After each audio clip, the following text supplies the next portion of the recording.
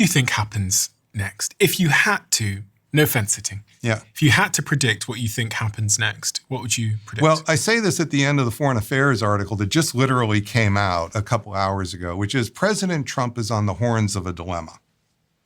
And he has no golden off-ramp. He's looking for off-ramps, but there's no golden one where he comes out politically ahead. So he's got a choice, sometimes called a Hobbesian choice, where you cut your losses, accept political loss now. And right now, if he pulls back, and what does it mean to pull back? You got to pull your forces back. It's not enough to say you're just doing a pause. If you want to stop for real, you take those aircraft carriers and you send them out somewhere. You send them to Asia, you send them here. You got to do something here. So choice one is you stop your bombing campaign, you cut your losses, you do your best to say we just wanted to destroy missiles, even though nobody will believe it, okay? But that means you accept a modest loss now, or the other is you double down and you go on for more weeks. Go on for more weeks, hoping you'll kill this leader and maybe the next one won't be so bad, or you'll have some other sort of outcome that you can't imagine. And Trump is nothing. I call him a chaos kid. He thrives in chaos. And he often comes out of this with something happening like when, sort of down the road, you didn't expect it. He probably didn't expect it. But in this case, the price is more likely going to be a political failure of the first order because we have the midterms coming. So if he's got a choice, stop now, cut your losses, accept a limited political defeat, or double down, go on for a few months, go through more stages of this smart bomb trap I'm explaining, and you're really now in Lyndon Johnson territory. Remember I mentioned before, where in Vietnam, he kept escalating, kept moving up the escalation ladder, every rung. He said, well, no, we have escalation dominance. We're just going to double down. We're going to hit them harder the next time. We're going to do this the next time. Sound familiar? And then what happened is it became absolutely clear that this was going nowhere, and the '68 election was coming. And Lyndon Johnson's own Democrats said, Mr. President, we can't ride your horse into that. We got to do something. And the problem is they didn't pull the plug fast enough here. That's how they lost. They don't pull the plug fast enough, so you end up having a bigger loss later. When you talk about the underbelly that the United States has where they can't prolong these wars, am I right in thinking this is basically a function or a consequence of living in a democracy where every 4 years... I think it's a function of a war of choice. So when we were attacked in Pearl Harbor, we were attacked. Mm-hmm. We were reluctant to get in World War II. And we didn't get in until we were actually struck at Pearl Harbor. That was enough to really make us angry. We were pissed off as a country, okay? And we were gonna get payback, not just for a month, but we were getting some real payback here. And that's how vicious that island hopping campaign was and why it was so vicious here. And that went on. And when we ended the war in dropping those atomic bombs, 22% of the American public wanted us to forget the Japanese surrender and drop more atomic bombs. 22%, we were that angry.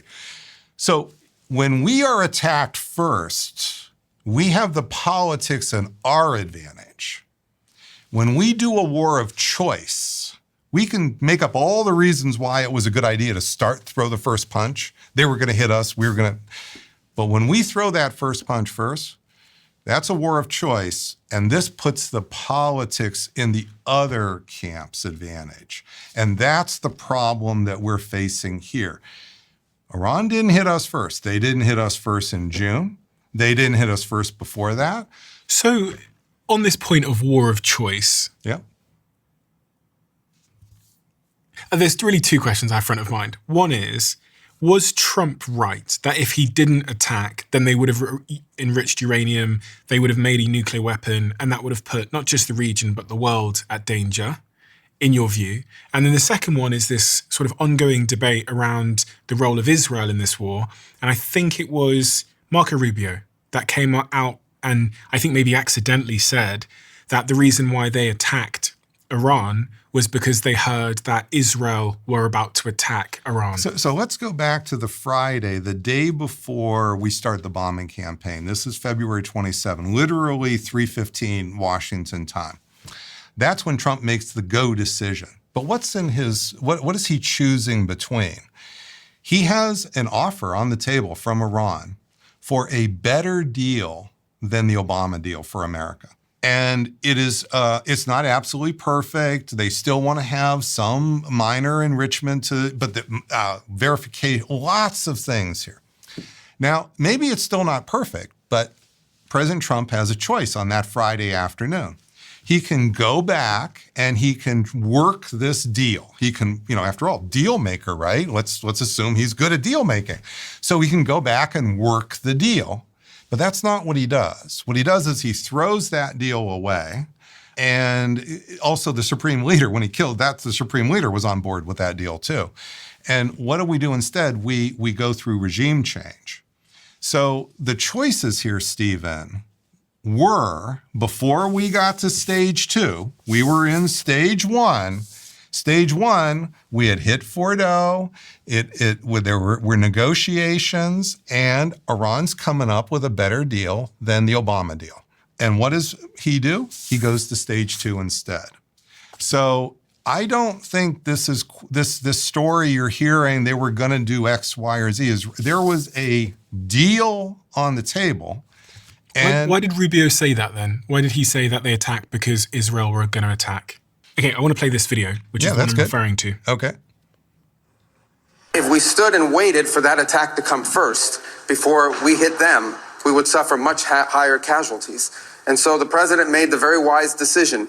We knew that there was going to be an Israeli action. We knew that that would precipitate an attack against American forces. And we knew that if we didn't preemptively go after them before they launched those attacks, we would suffer higher casualties and perhaps even higher those killed. And then we would all be here answering questions about why we knew that and didn't act. So what that shows you is that it's the tail wagging the dog, that Israel is going to attack. As I'm saying, just happened in June. It's a replay of what happened in June.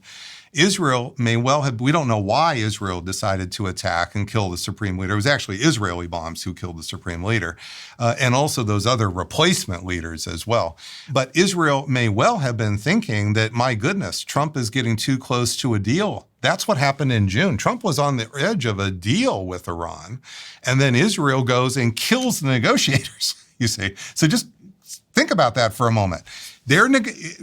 Trump is negotiating with the Iranians, and then they say, well, okay, come back the next day. And what is there the next day? Israeli bombs killing them.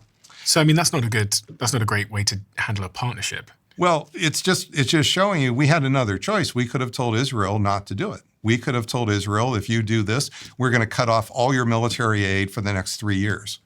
That would put some pressure on Israel. Now, then Trump would have to pay a price politically. So I'm not saying that's an easy thing to do. Don't get me wrong. But we need to understand that Trump, these are the pressures for escalation in the escalation trap. So I'm trying to explain why this isn't just randomly happening, Stephen. It's not like, oh my goodness, I can't follow what's occurring. So that's why when Trump says in today's briefing, talks about stopping the air campaign, is he going to stop Israel's campaign? That's the question that did not come up today. It's I put it on my X. One of the big questions that did not come up is, President Trump, are you going to call Netanyahu and tell him to stop bombing Iran? Does Trump control Netanyahu, in your view? Well, again, it's about pressures here. It's about what are the ways you don't. It's not about a matter of like a personal loyalty relationship. This is politics of the first order. That's what I'm trying to explain. So for President Trump to stop Netanyahu from doing this will be paying a price. He will have a big part of his MAGA constituency is very pro, not just Israel, pro-Netanyahu version of Israel. So this is the tension in the politics that I'm trying to explain, which is why you don't really want to start the trap in the first place. And I asked you a second ago, no fence sitting, what happens next in this war based on everything you've studied for the last 30 years, the 20 years of doing simulations? I think it's more likely than not that maybe not in the next week or two. I've said on my Substack, it's more likely than not we will get to a limited ground deployment here because of the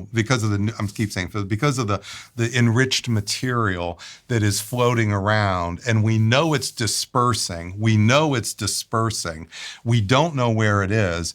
And there could be literally hundreds of rooms, not much bigger than this size, maybe 2 or 3 times this size that we're in, that could be used to fashion a Fat Man-style A-bomb. Not to miniaturize it to put on a warhead. That would be more sophisticated. But if what you want to do is you want to have a Hiroshima bomb that can kill 75,000 people in a second, or 10 seconds, that is what they are in that's what we're talking about here. We're not talking about can they miniaturize the bomb to put it on the nose cone of a missile. They don't need it. That's very sophisticated stuff. We couldn't do that for 10 years. So I guess there's two questions that come to mind. The first is, to understand someone's behavior, you have to understand their motivations.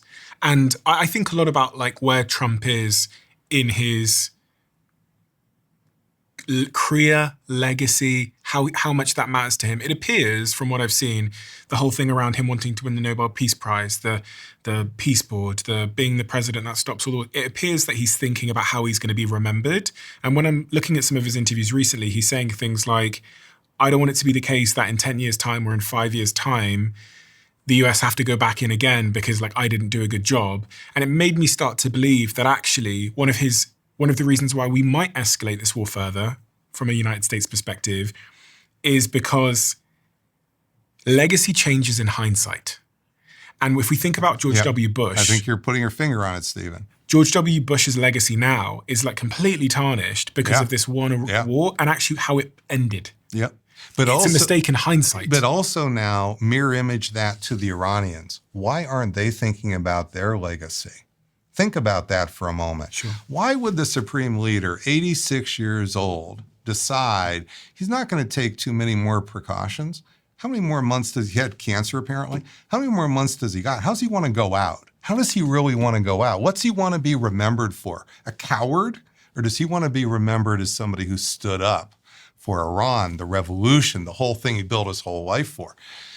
You talk about Trump. So when I get into when the cameras go off, and I get a chance to, again, let's just say go to the West Wing, I'm not seeing people being picky, minor, petty. I see them worried about their legacy. The national security advisors, their assistants, they're worrying about their legacy. Do they want to go down in the history of American history as X, Y, or Z? And this is how humans are. It doesn't stop with how much money do you have. It's what's going to happen with your legacy. So with that in mind, if you think Trump is legacy motivated, does that increase the probability? In part. I want to be careful. Yeah. In part. It's always a balance. He can't be re-elected, so I'm that's not motivating him because, you play differently if you think you can win a second term, which I knew would be important to him. But if he is legacy motivated now, when you think about which direction he's going to go in, it does appear on the balance of things that he's not going to want it to be left a mess. And the biggest mess that could really embarrass him in his legacy with international is if Iran has a nuclear bomb and they detonate a test, say next September. Let's just imagine what would happen next September. So people need to think about, the discussion of Iran and nuclear bombs here is not very strategic. It's to scare you. It's, they're going to get a bomb, and the first one's going to go on Tel Aviv, the second one's going to go on New York. I don't think that's the sequence. Why would they, if they're willing to commit suicide to take out Tel Aviv, they don't need 16 bombs, okay? If they're willing to have their entire population destroyed they just need one bomb, take out Tel Aviv, they're done, right? That's not what's going on. They're following the North Korea plan. The North Korea plan that North Korea figured out when we went through this with North Korea in the 90s, okay, the very same thing, well, except we didn't do the bombing because it was not going to, we avoided the trap. What they want is multiple bombs at the same time. So what they want to do, if they can do this, is have, say, 5 bombs working at the same time. And the first bomb goes off as a test in the mountains. In the mountains. And then what do we say? Oh, they blew it. They're stupid. They blew their one test. And then they do a second test. Still in their mountains, okay? When we dropped the first bomb on Hiroshima, it wasn't clear we had any more. When we dropped the second one, nobody needed to wait for a third or fourth. Nobody really, they knew more would come. You see what I mean? So with Iran, this is, again, we're talking about now, let's call it the brown belt or black belt strategy here, that they are, and notice they have been very smart in their escalation. What you would do is the North Korea strategy, which is, again, you want multiple bombs, and then you want to do some tests. And even if one doesn't quite work, you want to have another. You want to have multiple bombs so that you can do multiple tests, you see. And that is how North Korea basically stopped Trump trying to kill the leader. So notice that Trump wants to say it was just his winning personality because, Trump is so charming here. But North Korea now has 60 working nuclear weapons, as, best we can tell. And the idea that we're going to start killing leaders in North Korea anytime soon, I'm not sure that's going to happen. They're kind of immune now, right? Well, and notice that Ukraine had a bunch of nuclear weapons in the 90s, gave them up. And there's a lot of people in Ukraine right now who are saying, boy, I wish we had those nuclear weapons back or else we wouldn't be fighting this war. So you start to look at the history. Why does America have nuclear weapons here? Are we an evil country? And the reason we have is because we're evil? We want it for our security. So why doesn't Iran want it for their security? So this is the strategy part that we have to, the politics, Stephen, I keep trying to talk about. So you're saying your prediction is that we're going to move to stage 3, where Trump puts... Okay, I'll go 75-25. 75% which way? That we will send in some ground forces to get that dispersed material. The only 25% would be if somehow magically the Iranians gave it to us. So that's where the 25% comes from, because there is some chance that there's some, I don't want to, we live in the real world here. But I think the problem we're going to face is it's going to become more, and if you're in Iran right now, exactly why aren't you fashioning the nuclear weapon? We're already killing you. We can pause for months and say we won't kill you, and then you wake up one day and you're dead. We've done this movie now several times on Iran. Your best chance of survival is a nuclear weapon. And so we now know that. Our intel knows that. Israel now knows it. We've taken these options. So unless Trump will make a deal, that's that 25%. So I think if he makes a deal, then there's a chance that Iran will go forward here. If the 75% path plays out, yep, we put boots on the ground. Yep. What happens then? Now we're at stage 3. Now we've moved to stage 3 because we have to search so we will start by deploying ground forces in a very limited area. Say we're going to go to Esifan, it's called. That's the do we have a... you could try and write on there. Does that work? The thing I'm trying to explain, assume this is Iran. Yeah. Okay. We will start by putting in a small footprint. And again, we have several options here to do it. And so the hunt will be for the enriched material. But let's say that we even find it, Stephen. How do we know that in the intervening almost a year since the bombing, 10 months since the bombing, how do we know they haven't enriched more somewhere else? Because this is what happened with the WMD and Iraq and Saddam Hussein in the 90s through 2003.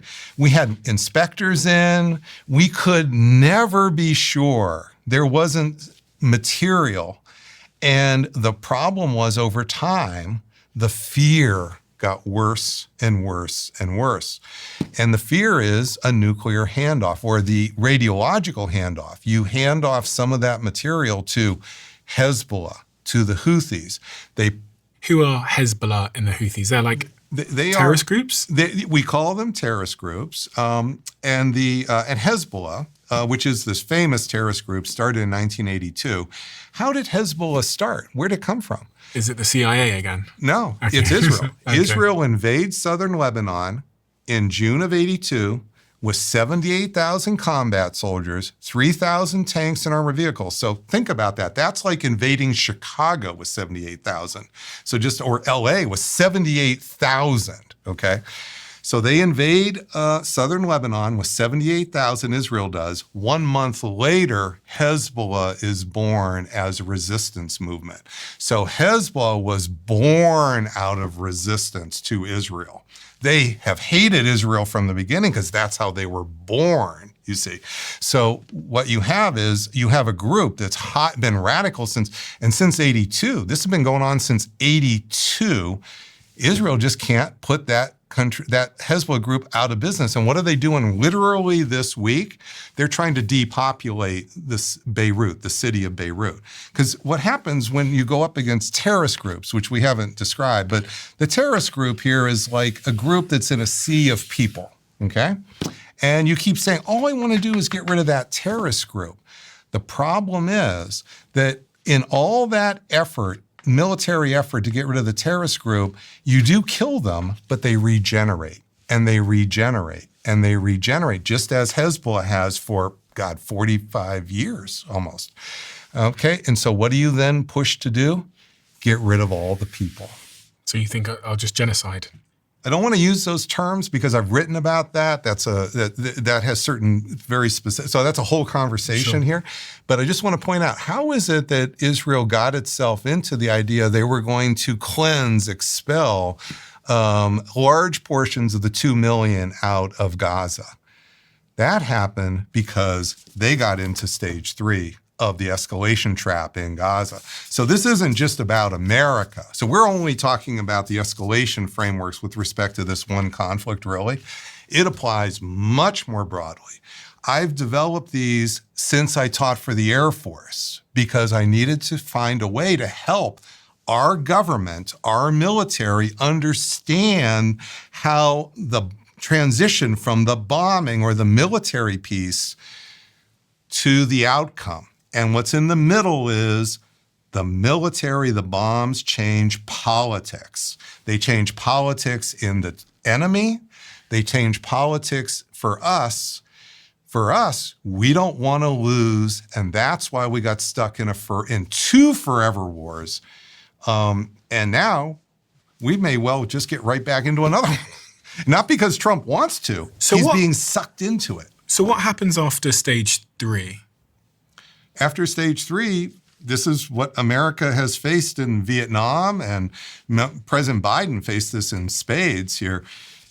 When you try to pull out after you're in stage 3 and end these ongoing conflicts here, usually it ends poorly for your legacy. And you saw that with Lyndon Johnson, and you saw that with President Biden. President Trump is the one who was negotiating with the Taliban to pull out, but President Trump wouldn't leave, not leave. He didn't leave before. Who did he hand it off to? He handed it off to Biden. Biden pulled out, and what has Biden's legacy been? It's been negative ever since. If you look at his opinion polls, President Biden, you will see he was riding high until he withdrew from Afghanistan, and he never recovered. Yes, inflation hurt too. The bigger hit was the Afghanistan problem. And this is why President Trump is really stuck. You see, he's on that horns of the dilemma. Does he want to accept the short-term price, which is real, or does he want to go and double down? And then you face the potential long-term price of becoming LBJ and President Biden.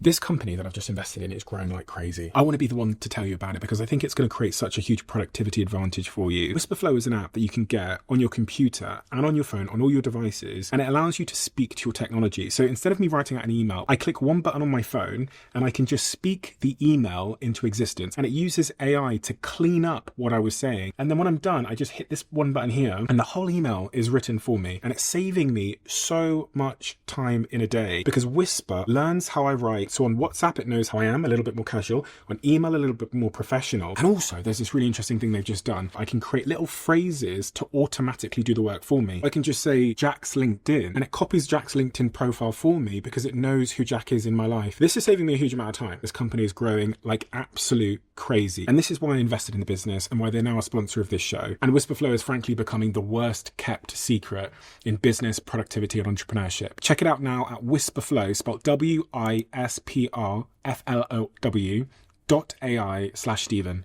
It will be a game changer for you.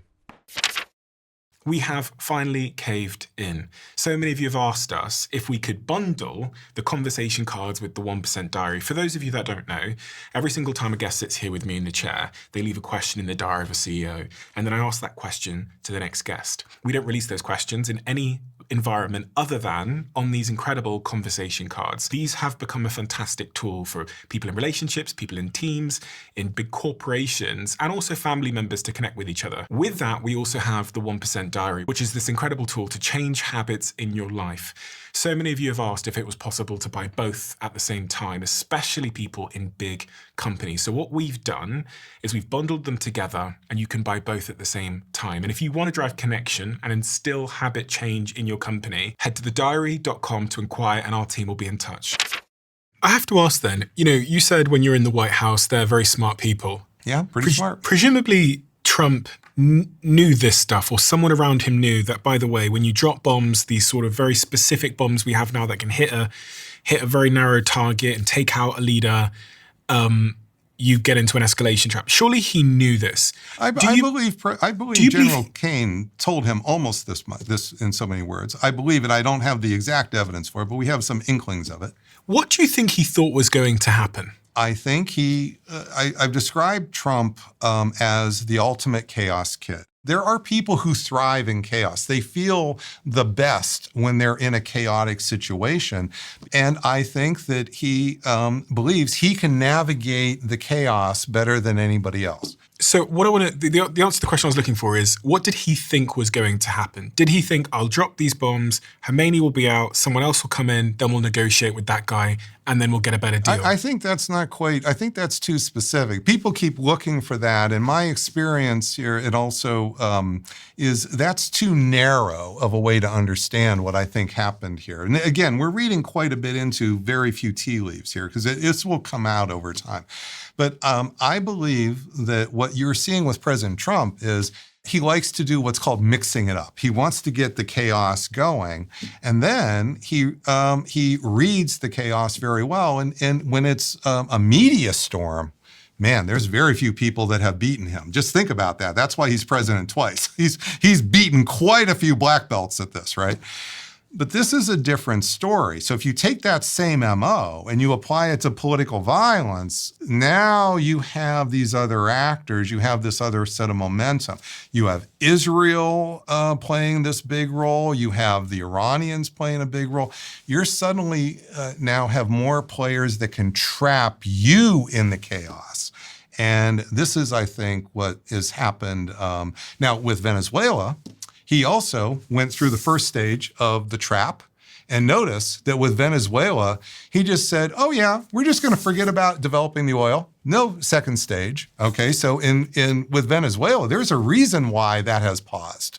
It's because he didn't go to stage 2 because the oil company said, we're not going to die for you to build that oil. So he is basically, he took out one person, just literally one person. That person's not even dead yet. And he's not really developing any of those oil fields in Venezuela. They're just not being developed. He said he has a good relationship with the Venezuelan government now. As long as, because he's not doing any, the Venezuelan government, he's leaving them in place. He's basically declaring victory and moving on. He removed Maduro, kept the others in, and it sounds like kept the regime. It sounds like that might have somewhat inspired his move to bomb Iran, because it appears on the surface that Venezuela kind of didn't go too badly. It kind of was a political victory. Chaos kid. Chaos caused kid. Chaos. Snatched him out of bed with his wife. Him out, but then he stopped. So this would be, the equivalent would be last June. Okay. So last June, okay, he went through stage 1 and he tried to stop. What made the difference here? It wasn't Trump. It was the intel he got from Netanyahu. The phone call from Netanyahu, which is President Trump getting ready. We're about to assassinate the supreme leader and about 20 of his associates, the other leaders here. You decide how you want to handle this, but we're taking off. And so that did not happen with the Maduro regime. So just imagine that there was another country that had, after Trump took out Maduro, decided they were going to keep assassinating the regime in Venezuela. Now you would be in a different story. You made a quite famous prediction, Professor. You predicted in 2009 that America's era as the world's only superpower was ending. Oh, yes, and I think that is true. We haven't talked about China, but I believe that since Trump has come into office, he's making China number one. His tariffs have done nothing but help China. China's been on charm offensive since the tariffs have been, and they're picking up all the pieces. I just spent 2 weeks in China in June while we were bombing Iran. I said I had to learn how to do social media. I toured advanced industries in China for 2 solid weeks. One of the most amazing trips I've ever had in my whole career. And it was stunning. So, Stephen, since COVID, almost nobody has gone to China. Now, if they have, they've gone to Beijing or Shanghai. They haven't gone to Wuhan. They haven't gone to Shenzhen, visited the BYD electric car factories, seen the robots that are now doing the metallurgy. And you can't see it very well on the web because China's keeping it to themselves. They don't want to brag about it. They're motoring ahead. So Wuhan, to give you an example, Wuhan is kind of like Pittsburgh. It's a bigger version of Pittsburgh. It's an old steel area. That's not Wuhan today. Wuhan today is the AI. It's developing not just a robotic company. They're uplifting 9 million people in Wuhan. Their medicine is improved. Their infrastructure is improved. They have more construction jobs than ever before because they have to build so much to uplift the whole 9 million people. This is what Pittsburgh should have been and hasn't been. And I know, I'm from Western Pennsylvania. It's heartbreaking to me to watch what's happened to Pittsburgh over the last 30 or 40 years. Wuhan, exactly the same trajectory, an old steel city, is now one of the leaders here they have a robotic Silicon Valley there that I visited and so forth. And why does this matter? Why does it matter if the US are no longer the world's superpower? What then does history tell us is the consequence of that? The consequence is, first of all, you get enormous tension here for violence. So when you see big hegemonic shifts, that means when one leader, the world's number one, becomes replaced by another, bad things happen. This is what happened, how you got the wars between Britain and France. When they were fighting their wars, this is how you got essentially World War I because of the rise and fall of Germany versus Russia versus Britain. So these rising and fall, they make a huge difference. Doesn't always happen. The one time it was peaceful was when America replaced Britain as number one. So just think about that. But other times have been very tense. So how does China feel that the US are now at war with the Middle East? So what's interesting is to get ready for coming on here, I listened to the All In podcast, and I hope that's okay to talk about somebody else's podcast. I love that show. I think they're brilliant, by the way. I love it. But what they said, just in the most recent, is that Trump's playing a game for China. What they said is China's shaking in its boots, and that what this is about is it's kind of Venezuela plus Iran is all about to cause Xi to be shaking in his boots in April so that he will somehow make some bigger deal with Trump. I think this is just wrong. I think that it may be that there's some, China does absolutely buy 90% of Iran's oil. We're not disagreeing with the facts of the matter. It's the interpretation and the consequences for who's going to be number one down the road. So my assessment here is China is probably thrilled that we're on the verge of getting into another quagmire in the Middle East. and that they would gladly give up. They have about 20% of their GDP energy, not GDP, 20% of their energy. It's a much smaller fraction of their GDP that turns on the oil issue. Most of their energy is not generated through oil. And so I think they would really, if they had to give all of the Middle Eastern oil up to suck us in to another forever war with Iran that would go on for years and years, oh my goodness gracious, because they see themselves as growing through Asia and spreading their wings through Asia. And so to get us pinned down in the Middle East with an even bigger problem than we had with Iraq, this is manna from heaven for China. That's what I saw when I was there. If I was Putin or if I was running China, based on everything you've said and based on everything I know, I would really want this war to go on for a long time. Oh, for sure. I'd really be helping Iran, prolong this thing. And also because Russia are in their own situation at the moment with Ukraine. So it's quite a distraction from whatever Putin's objectives are in Ukraine. No one's really talking about Ukraine this week. And it's bad for the Ukrainians because what's happening is by the little bit that Putin has gotten himself involved here, there is a chance he set the stage for a deal, which is, again, America stops the intel to the Ukrainians if Russia will stop the intel to Iran. That is much, much, much to Putin's advantage with Ukraine.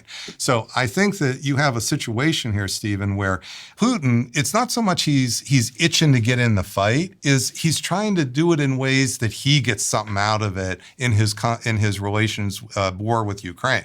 Think about that with President Xi. I don't think the Chinese want to get in the fight. I think, in fact, right now, if I'm assessing this correctly, they're probably not wanting to get in the way of an enemy who's shooting himself in both feet. Yeah. So right now, America's damaging itself a lot more than China could. And if China inserts itself, there's a very good chance then that would help Trump, again, pull a rabbit out of a hat. I don't think they want to do that. I think right now, you just look at this we're running out of what's called standoff PGMs. Remember Secretary Hegseth said, well, yeah, okay, we're running out of standoff PGMs, but we're going to do something from the bombs that we can drop more over country. Well, that's a problem for Taiwan. If we're going to defend Taiwan, we've got to do this with long standoff precision weapons. And everybody who studies this knows that. So if we're really running low on standoff precision weapons, Xi's just licking his chops thinking, my goodness, how much better does this get? If Trump was listening, probably not the case. I think he just watches CNN and Fox News. But if Trump was listening, what would you say to him? What I would tell him is take the deal. I would say stop right now and do everything possible to go back to the deal you rejected the day before you started bombing. And what your goal should be is to get as much of the 60% enriched uranium out of the country as possible. If you could also get the 20% enriched uranium out, that would be good too. But you're probably not going to get as good a deal because the supreme leader you were dealing with is gone. And you now have a much tougher, so you might have to accept President Trump a worse deal. Are we just kicking the can down the road here? Because if you're an Iranian, like you've said, you've watched bombs drop, you've realized that the reason why you are such a target is because you don't have these nuclear weapons. So is there not an element where Iran getting nuclear weapons is inevitable in some way? So, Stephen, this is the myth of 100% security. So we see this in not just America, but in lots of conflicts in history where the idea that you don't have 100% security leads you to essentially do things that look like suicide for fear of death. So we know that there is a long-term problem out there. And sometimes a really good solution is to freeze it for 20 years. Just freeze it for 20 years. And you know what? You're right. You didn't permanently take it off the table. But if you can freeze a problem for 20 years, that's actually you might get lucky. You might get something good like the Soviet Union might just fall apart on you. Out of the blue, it might just fall apart on you. And not because you did anything, it's just because something else changed in the world. So the way to think about this, Stephen, is not this idea that we're going to take an action and have 100% security. This is how big powers lose wars. Big powers are up against these little countries, And think about how often they lose. We lose to Vietnam. That's how I got into this business in the first place. I wanted to understand that. And so this idea of the search for perfect security is often getting us into trouble. Kick a can down. You're right. It's only 20 years. I'll take that. That's better than where we are right now. Professor Robert Pape, of all the things that we've talked about, which has been a wonderful conversation, by the way. and very diverse, but really focused on this subject of what's going on in the world at the moment with Iran and Trump and America's decline. What is the thing that we should have talked about that we didn't talk about? The big thing, well, we're finally getting to it at the end, is the real consequence of what President Trump has done since coming into office. The real consequence of the tariffs, the real consequence of not just threatening discussion of Greenland, but becoming very aggressive with our European allies on Greenland, being very aggressive to the point of taking out a leader from Venezuela, which is in our Western hemisphere. So it's creating, what this is really doing is it's threatening America's primacy. So I am a big believer that America should be the strongest, most secure state on the planet. I think that is good for us. That means that it is valuable to be the top dog, to be the number one strongest economic military power. But in order to do that, you have to be the world's number one economy for real. And with $40 trillion in debt, with us pushing away our trading partners, with us engaging in hostile actions here, which are scaring the rest of the world to further drift away from us and maybe not side with China, but be neutral. Oh my goodness gracious. And again, as I said before, China is motoring ahead on the AI revolution.